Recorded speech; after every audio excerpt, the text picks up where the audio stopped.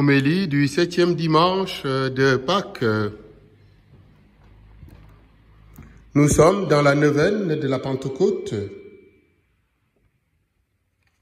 Nous attendons l'Esprit promis par Jésus.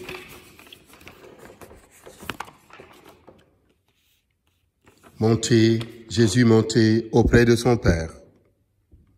À l'ascension du Seigneur, Jésus a réitéré sa présence jusqu'à la fin des temps. Le grand lancement de la mission, sous la houlette de son maître d'œuvre, l'Esprit de vérité, mérite notre prière comme il en était pour Jésus. La retraite du Cénacle a rassemblé les apôtres et la Vierge Marie. Le testament du haut de la croix est déjà en œuvre. Voici votre mère. Aujourd'hui encore, la même grâce imprègne l'Église en mission sous la double conduite de Jésus ressuscité et de l'Esprit Saint. La force d'en haut s'abat sur les disciples et les autres au bout de 10 jours de fidèles prières. Et la mère du ressuscité est toujours de la partie. En cette année particulière où la visitation coïncide avec la Pentecôte, le catholique ne peut se passer de Marie dans sa mission de témoin. Notre extrait de la première lecture du livre des Actes des Apôtres nous fait décrypter 4 paramètres pour la réception de l'Esprit Saint.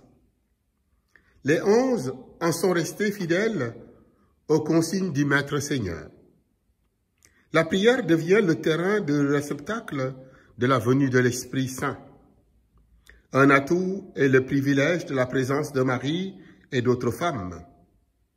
Enfin, la fraternité demeure la tenue de circonstances, même si l'on ne partage pas la même foi, la même conduite, les mêmes aptitudes.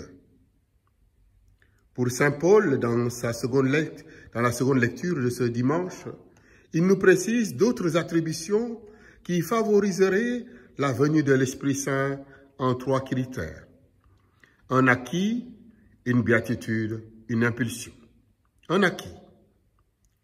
La présence du Christ incite notre participation à sa passion et donne du relief à notre communion fraternelle. Une béatitude, les grâces de l'Esprit Saint nous font traverser peine et souffrance et persécution. Notre joie est appelée à être parfaite.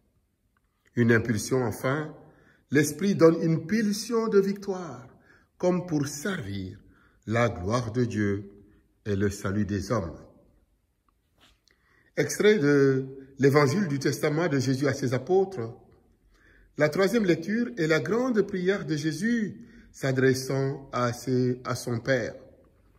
Jésus intercède au moment de s'offrir pour le salut du monde et pour la gloire de son Père. Jésus nous est donné un exemple dans la plume de Saint Jean. Priez, priez avec confiance. Le sommes-nous toujours quand nous prions Dieu le Père? Le mouvement de la prière, pour autant qu'il se destine au Père, se doit de se contenir dans une assurance issue elle-même de Dieu.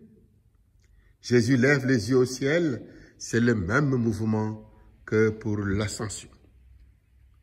Jésus a prié pour les Nazoréens, nom donné aux adeptes de Jésus de Nazareth.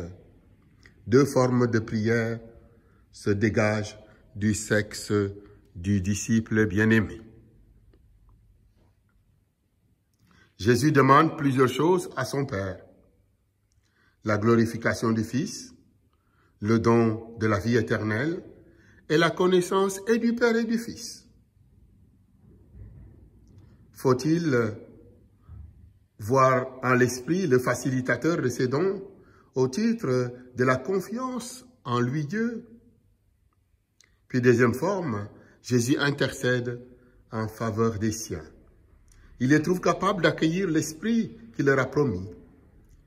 car ils ont accueilli fidèlement la parole de Dieu. Ils ont bien reçu les paroles de Jésus. Ils ont vraiment vu l'envoyé du Père à l'œuvre. Ils sont en somme la gloire de Jésus, sa fierté de mission.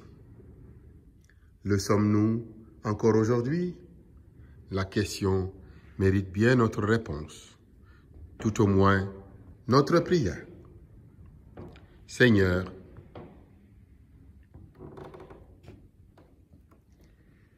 veille sur ce qui nous vient de toi et de ton Père, et achève en chacune et à chacun l'œuvre de ton amour, d'éternité en éternité.